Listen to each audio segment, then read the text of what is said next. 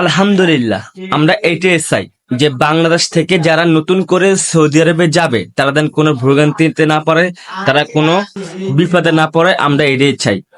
Already বাংলাদেশের সাথে Saudi আরবের একটা চুক্তি হবে, হয়তো সামনে, কিন্তু এটা পুরোপুরি 100% পুরোপুরি শিওর। সামনে একটা চুক্তি হবে, ওই চুক্তিতে আমরা বাংলাদেশিরা সৌদি আরব থেকে অনেক কিছু সুখবর পাবো। তো কি সুখবর পাবো আজকের এই ভিডিওতে আমরা আলোচনা করব। অলরেডি আমাদের বাংলাদেশ সরকার সৌদি সাথে অলরেডি চুক্তিটা করার জন্য রেডি হয়ে গেছে। তো অলরেডি চুক্তিটা করবে।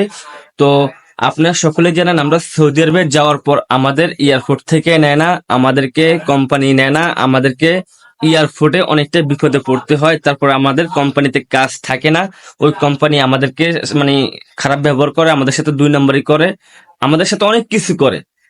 তো এসব যেন না হয়, বাংলাদেশ সরকারের সাথে সৌদি একটা চুক্তি করবে, ওই চুক্তির মাধ্যমে আমরা এসব কিছু সমাধান করবে।